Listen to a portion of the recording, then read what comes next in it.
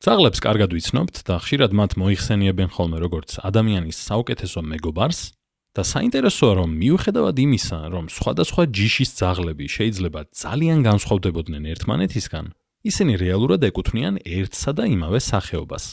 ეს ნიშნავს, რომ ნებისმიერი მამრი და ნებისმიერი მდედრი ძაღლი თეორიულად შეიძლება შეწყვილდეს, გამრავლდეს და წარმოშოს სიცოცხლის უნარიანი შთამომავლობა.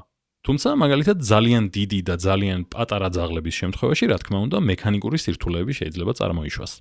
საინტერესო კითხვაა, საიდან მოდიან ძაღლები და რატომ გვყავს ამდენი თითქოს სპეციალიზებული ჯიში?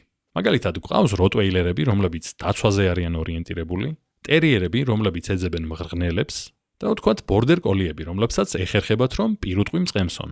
პასუხი არის მარტივი. მიზეზი არის ხელოვნური გადარჩევა და მოშინაურება. ნებისმიერ პოპულაციაში არსებობს ბუნებრივი ვარიაცია. ბუნებრივი გადარჩევისას გარემო ირჩევს, რომელი თვისებებია ხელსაყრელი, რაც დროთა განმავლობაში იწვევს ევოლუციას. მაგრამ ხელოვნური გადარჩევისას გადარჩევას აკონტროლებს ადამიანი. ანუ თავად ირჩევს, ვინ გამრავლდეს. ამის შედეგად ცვლილებები მიმდინარეობს გაცილებით უფრო სწრაფად. და როგორც ახერხებს ადამიანი ხელოვნურ გადარჩევას, არის შეჯვარება. თანამედროვე ძაღლები არიან მგლების შთამომავლები.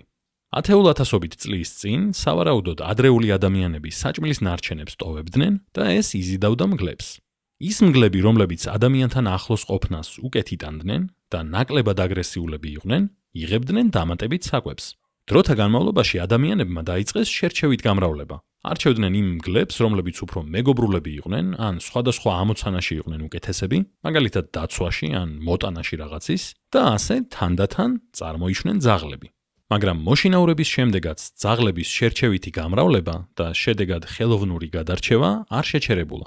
ამის შედეგად გაჩნდა ბევრი სპეციალიზებული ჯიში.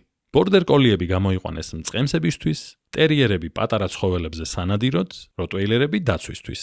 და ეს არ ეხება მხოლოდ ძაღლებს.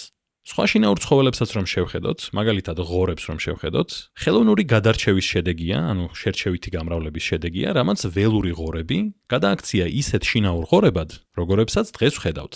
და ხელოვნური გადარჩევა და მოშინაურება არ ვრცელდება მხოლოდ ცხოველებზე. პრაქტიკულად ნებისმიერი რამ, რასაც ხედავთ ამ ფოტოში და ნახავთ სუპერმარკეტში, არის ზუსტად ამ პროცესების შედეგი. რა თქმა უნდა, შეიძლება გარკვეული ვარიაცია იყოს, ცოტა სხვა ჯიშები იყოს ამ მცენარეების, ამ ბოსტნეულის ან ხილის, მაგრამ მაინც ბოლო 10-15,000 წლის განმავლობაში ადამიანები ყოველთვის აირჩევდნენ ისეთ ბოსტნეულს და ისეთ ხილს, რომელიც იქნებოდა უფრო გემრიელი, უფრო გამძლე და უფრო მარტივი მოსაყვანი, მაგალითად სხვადასხვა კლიმატში ან სხვადასხვა პირობებში.